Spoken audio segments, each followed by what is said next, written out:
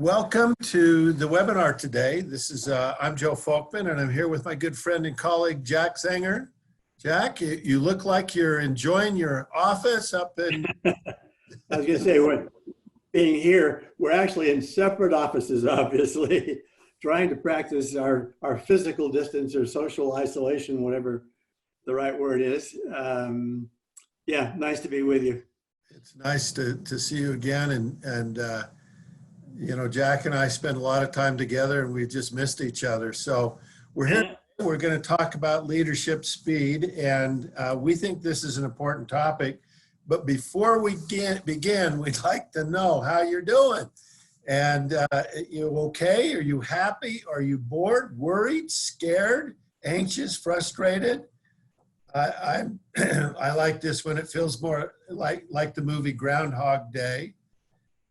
I am gaining weight. Jack, I'm gaining weight. And when you see me again, I'm going to be 15 pounds heavy. I'm too close to the refrigerator. Hey, I did this with a group last week, and the majority of people said they were okay. That really made me feel good. Every one of those emotions were checked. And I think we're all experiencing a lot of different emotions with this, what's going on, this unprecedented experience we're all having here. Well, I have a question. When business returns to normal, what will happen? For you, will it simply be, is this business as usual? Are you keeping current with what's going on? Or there will be a big pile of work stacked up waiting for me, and I'm going to be swamped. Jack? You know, it occurs to me, Joe, that the topic today is one that maybe some of our participants may say, well, I'm not really worried about speed right now. You know, when I wake up in the morning and I'm working from home, chances are I look at it and I've got all day long to work on these things. So I would just maybe make the observation that this topic is indeed maybe not quite as crucial for us at this moment. But as we've learned from our experiences of late with this whole COVID-19 pandemic crisis, it really pays to anticipate problems and anticipate issues. So the topic that we're talking about today is really important in the long run, and it's important in the future. And when things begin to return back to a more normal, I don't think it's going to go all the way back to where we were, but as things become a little more back to where we had been, I think this is going to become a really crucial issue. And that's why we've elected to talk about it in this first of our series of webcasts. Yeah, we're going to be doing this every week, but this is the first one. So again, we think speed's going to be very critical. The historian Stephen Kern said, human beings have never opted for slower. and it's actually interesting because for me, things have really slowed down. I mean, but we didn't opt for it. We were forced into it, right? So this current situation we're in, we were forced into it, and it feels slower. Although when you look at how fast this thing is going around the world, it's scary how quickly this virus moves and the impact it's having, and we're all aware of that. But most of the time, when something comes out that's faster, we love it. So in the webinar today, we're going to talk about why leadership speed is important. What is leadership speed? How can I improve my speed? And where should I focus first? Now, in a lot of things that you're looking at online now, you kind of sit back and watch and listen. We invite you to be a participant here, and we invite you to find one thing you can do, or maybe two things you can do to increase your speed. And what we believe is that's going to have a significant effect on your effectiveness. So what is leadership speed and why should I care? Or does just moving faster make leaders more effective? If you look at two dimensions, doing things fast, doing things right, which one of those is most important? So let's say you were really pretty good, 75th percentile on doing things fast, but not so good on doing things right, the probability you'd be a great leader is 2%. is not Great. that is not a really good percent. So wonder if you were really good at doing things right, but not fast. Well, it's better. It's 3%. That doesn't overwhelm you. But wonder if you were good at both, you'd expect 5%, but you actually get 96%. Now, this surprises people because when we define speed, speed is the ability to execute fast and right. So it's not just fast. It's not just getting things, throwing things out. It's doing things fast and right. Nobody wants things fast and wrong. They want to be able to execute, but they've got to have the quality there. And that's really critical for everything that we do. So that's what leadership speed is. And that's how we're going to define it. Now, what impact does it have on you? Well, the first thing is we want to show you if your speed is low, below the 75th percentile, when we assess you as a leader, and this is based on our overall leadership effectiveness, those people that their speed is below the 75th percentile, their average effectiveness rating is at the 40th percentile. But if your speed rating is in the top quartile, your effectiveness rating is actually the 83rd percentile. You're more than 2 times more effective. So there's a significant impact when people move fast. They're perceived as being a much more effective leader. Jack, does that surprise you? Doesn't surprise me at all. We've just seen that there is something pretty magical about speed, and we've kidded about the fact that part of my interest in this topic came about by reading a medical study that showed that the best single predictor for a person my age in terms of their longevity was to simply ask them to walk down a hallway of about 15 or 20 yards and clock the time it took. And indeed, the single most powerful clinical predictor was the pace with which they walked. That really triggered my interest in this topic of speed. So no, I'm not at all surprised that speed is related to your effectiveness as a leader. You know, that's true. And Jack, you are a fast walker. I remember we were in London once and my wife was with us and she said, "Why does Jack walk so fast?" I go, what's the impact on the team? Now, if you have a leader that moves fast, you like it or hate it. Is this a good thing or a bad thing? Is your engagement higher or lower? Well, here we did. What we did is we measured your speed, okay, 1 through 50, 51, 75, 76, 85, 86, 95. And what you see is employee engagement, or the extent to which you're satisfied with your job, you love your work, you want to do more. It goes up as speed goes up. But then we thought, wonder if this person's out of control. Wonder if they're the 96th, 97th, 98th, 99th percentile. You know, we've all driven with somebody who's driving too fast. And that's pretty scary. Well, what happens if a leader moves faster? Would engagement go down? And the answer is no. The faster a leader goes, the more people like it. There's no downside to speed. That really surprised me, Jack, when I found that out. But people like it when you move fast. What they dislike is when things get stopped. And that's why this whole thing we're going through right now with the coronavirus is so frustrating, because so many things have stopped. And it's just driving us crazy. Well, what about the impact on the organization? Here's what we found. When speed increases, so does the percentage of people who are more highly committed. This is what we call discretionary effort. These are the people who are willing to do more, work harder, come in early, leave late. And as you see, if your speed is low, you only have about 15% of them.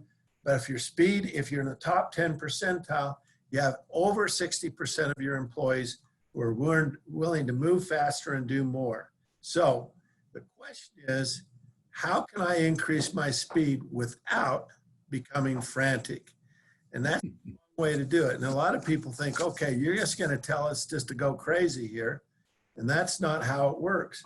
Now, Jack, we had some suggestions in the book, and you're going to walk through those about how you can, things you can do that'll help you increase your speed in daily life. Yeah, thanks, Joe. We mentioned earlier that there is this kind of temptation that you wake up in the morning and you say, well, I've got all day long to work on this issue. But we think now's the right time to be saying, how do I keep up my ability to kind of really set high expectations about my own time and my own pace? And so one of the things that happens to us during the day is that we have interactions with other people.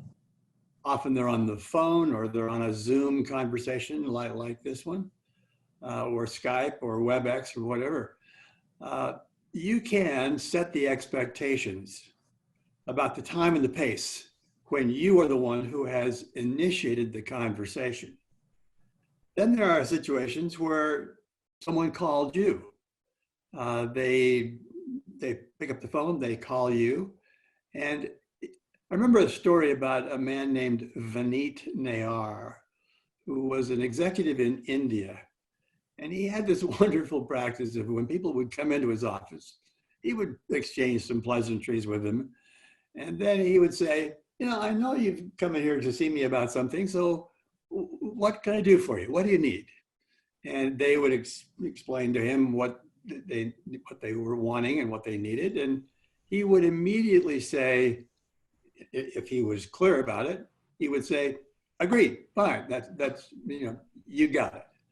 But his point was that just because someone's dropped into your office or called you on the phone, you can also kind of set the pace and you can accelerate the quickness of getting that done.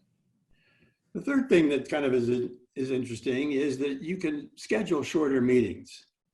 I've noticed, myself included, that when we schedule a meeting with somebody, there's this propensity to kind of think about it in terms of it's never shorter than a half hour.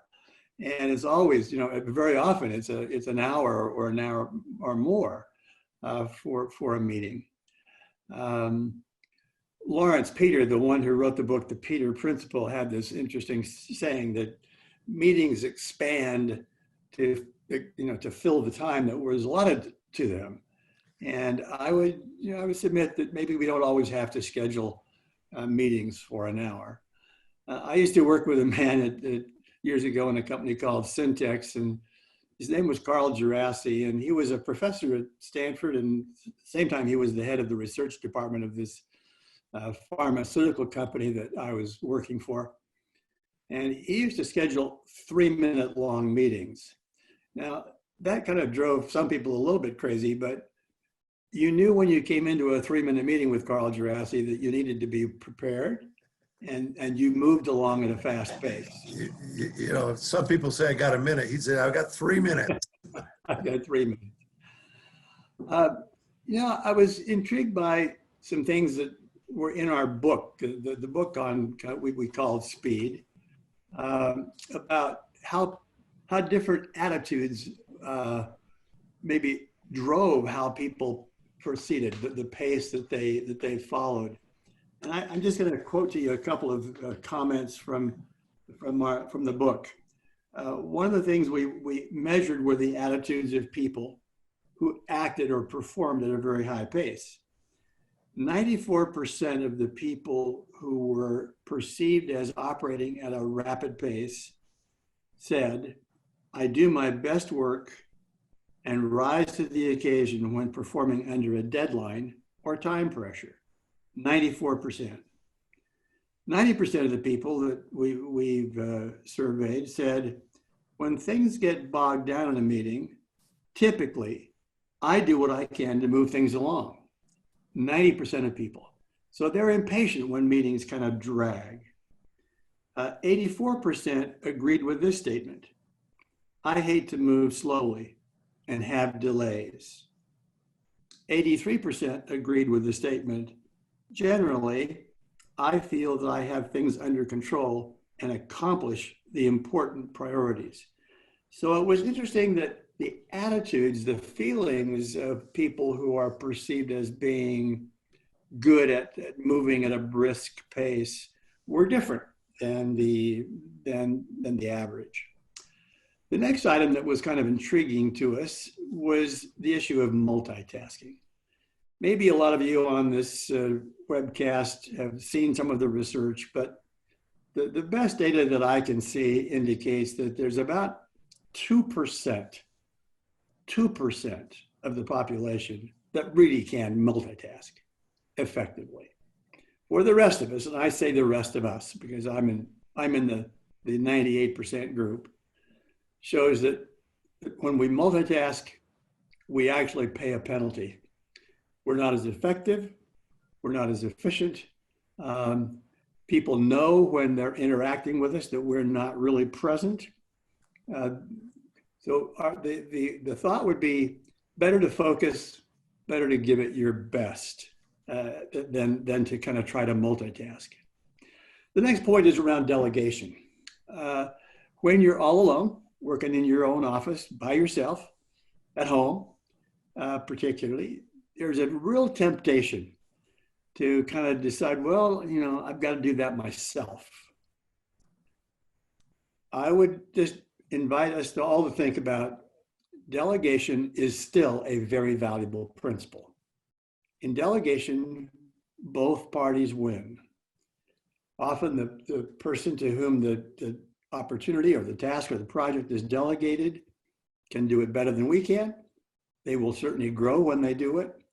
We're able to kind of devote ourselves to maybe what might be higher priority, longer term issues.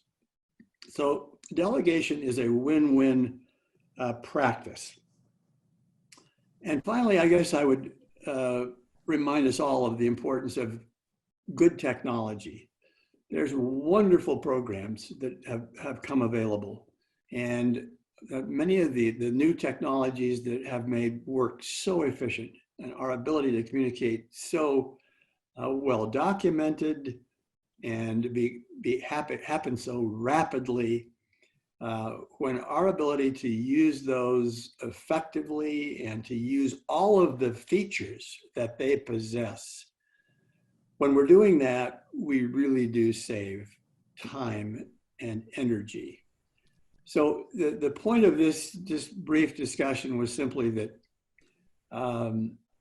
based on all the data that we can see, there are a number of tactics that we can use during the day that will help us to kind of keep sharp our ability to get things done, get them done briskly, and to not lose that good habit of using our time in a very efficient way.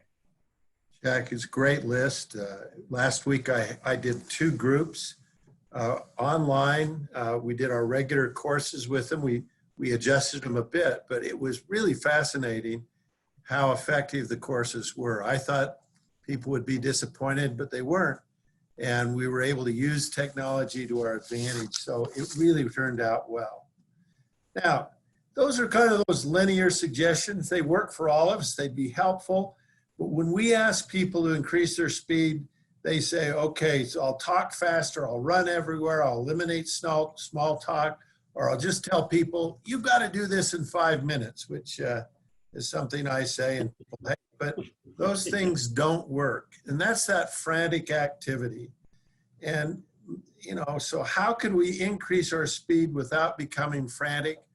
What we did is we researched this. We looked at the leaders in our database that moved the fastest, that were able to get things done quicker, and we discovered there was 8 skills that enabled this. Now, we looked at data from 52,000 leaders, and we discovered these 8 skills. And so we want to talk about these skills because using this skill helps you to move faster, but you don't have to become frantic in terms of doing it.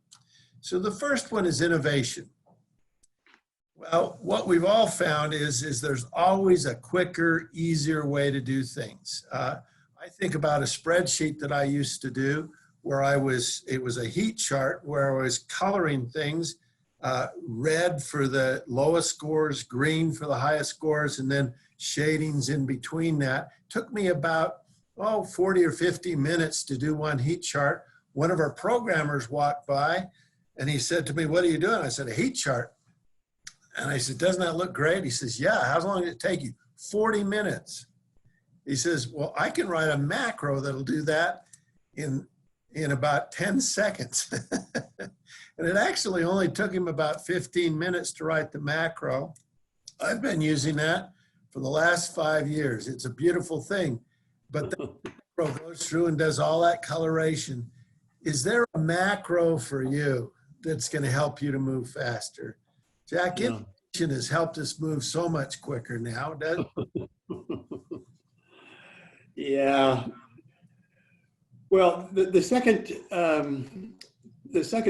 thing we discovered was this issue of strategic perspective. I must confess, Joe, I've really been struck in the last few days about the difference between a person with a broad strategic perspective and someone with a more narrow tactical perspective. And I'm thinking of the epidemiologists and Dr. Fauci particularly, and in contrast to the emergency room physician who's right there in the fray with the COVID patients. The broad view that the epidemiologist brings, the long-term perspective, the data-driven big picture, what a difference that brings, and what value that creates. And if only we had paid attention to the people who were kind of warning us of what they saw kind of coming in the bigger picture, the more strategic perspective, we would be even further ahead than we are today. It's the analogy for me is it's like a 1,000 piece puzzle, and you lost the picture, right? and without the picture, it's just hard to see where the pieces go. And Fauci has the big picture. He knows where things are going, and because he's done the research and he has that vision. Again, when you think about speed, if you're not reminding or connecting what people are doing to the vision and strategy of the company, when people don't know the strategy, they're going off here, they're going off there, they're getting derailed on this. Having clarity about where it is we're headed and why helps us to move faster. Another way we can move faster is to be courageous. I remember I was giving a speech once. I was introduced by the senior leader. He got up and he said, "I wondered this morning, have I ever fired somebody too soon?" I thought, I wonder what he had for breakfast, But he says, "I've fired hundreds of people." He was in a business that was downsized, but he says, "I can't think of one I fired too soon." When we have a difficult decision to make, a lot of times we delay. And you can think of how delays have hurt us in this current crisis. I mean, how putting stuff off, hard decisions, making tough decisions. Absolutely. When we've seen some governors who were willing to kind of take the heat, make a tough decision, really make a statewide proclamation around the importance of working from home. And my goodness, what a huge effect that has had. And you really have to admire mayors and county commissioners and governors who have been willing to step up, take the heat, be courageous, and then to see what kind of payoff that's had for them. So many illustrations of courageous decisions here. As I've sat with groups, this is one of the most popular items because I ask groups of people, what's slowing you down? What really difficult decision have you people not made or you refuse to make? that's slowing the business down. And there's always 3 or 4 really difficult decisions that they know need to be made, and they'll be made sooner or later. But imagine how much ground they've lost by delaying. Another thing that increases speed is stretch goals. When you set a stretch goal, people automatically pick up the pace. They have to, because it's a stretch goal. And a lot of leaders are afraid to set stretch goals. They think it might be bad for people, but when people accomplish a stretch goal, their engagement goes up, their passion about the work goes up, and their energy increases. Stretch goals can be a very positive thing, and it's a great way to increase speed. Yes, yes, yes. Another way to increase speed is communicating powerfully. When people are lost, when they don't know which ways to go, when they're confused about what direction to head, then things slow down. I remember a few years ago when I got my first iPhone that had Siri on it, and I learned that if I said to Siri, tell, it would send a text message. So I brought up Siri and said, hey, Siri. And Siri says, yeah. And I said, tell Laura I love her. Laura's my wife. And Siri asked me a really good question, which Laura? Because they're in my contacts. And I said, whoa, I thought the message had gone to all 8. It was in big trouble. But I said, Laura Folkman. And then I said, message sent. And then Siri came back, and I was so excited. I mean, because I'd send a message to my wife through Siri. And I thought I'd done a really good thing. And here's the message my wife got. I love her. That's what and this is the message I got returned to me. You love who? And that's an illustration that sometimes when we communicate, we do a crappy job of it. We're doing a webinar next week on communication. We're going to talk about keeping people informed and how important that is. And there's a little self-assessment in that about how you communicate. But more important than keeping people informed is, can you communicate powerfully?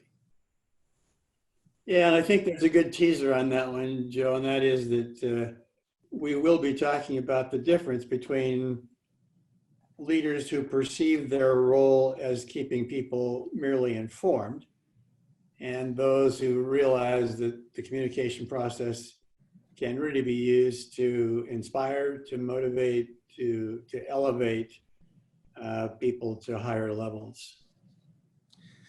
The next thing that really can help increase speed is external focus.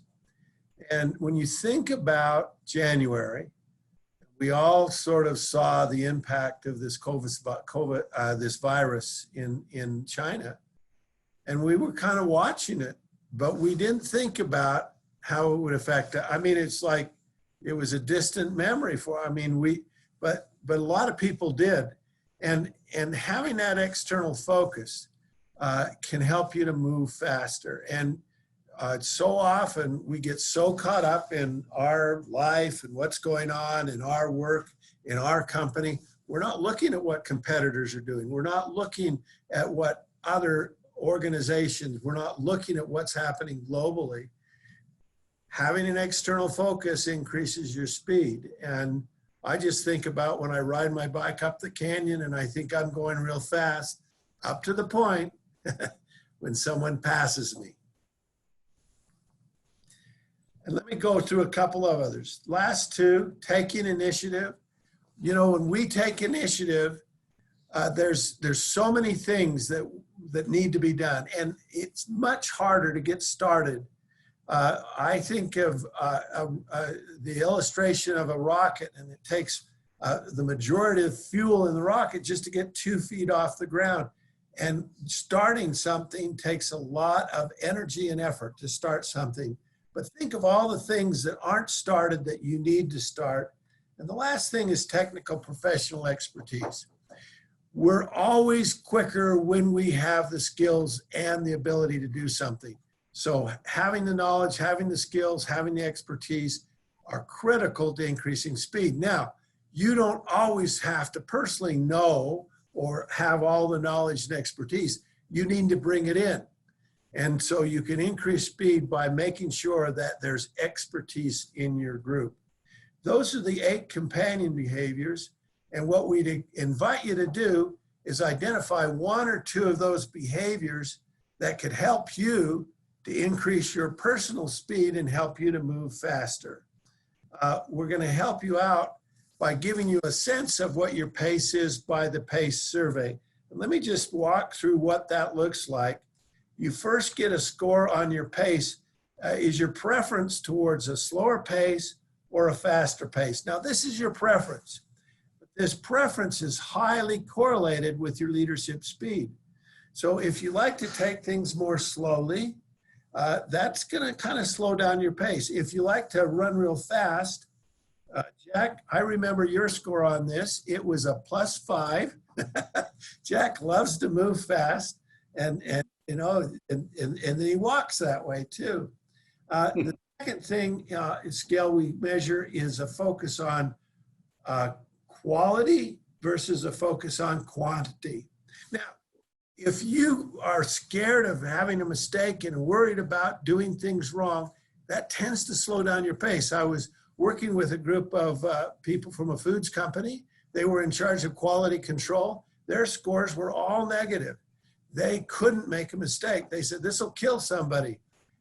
Well, when we have that mental attitude about quality, we can't make a mistake, it tends to slow us down. Now, sometimes that's the right thing to do, but sometimes people always want things perfect, and does it really need to be perfect?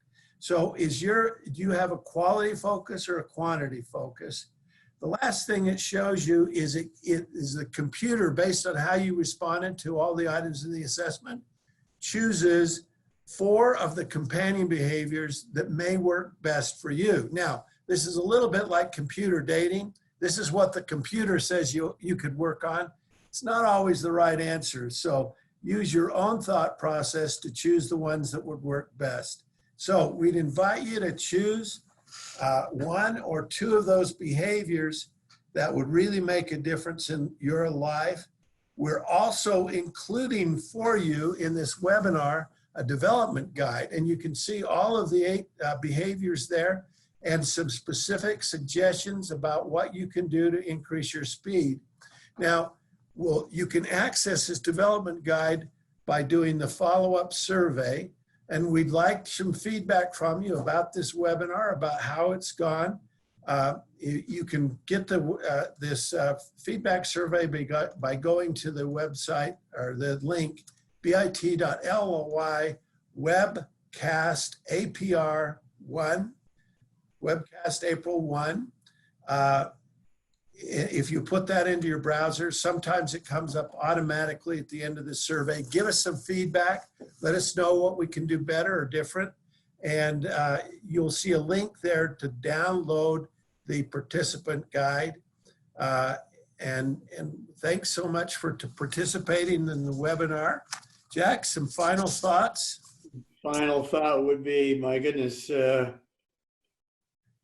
we know that things seem like they're moving at a little bit more leisurely pace today, but we think that it's not going to be very far in the future when we will all need to kind of be able to practice our best leadership speed.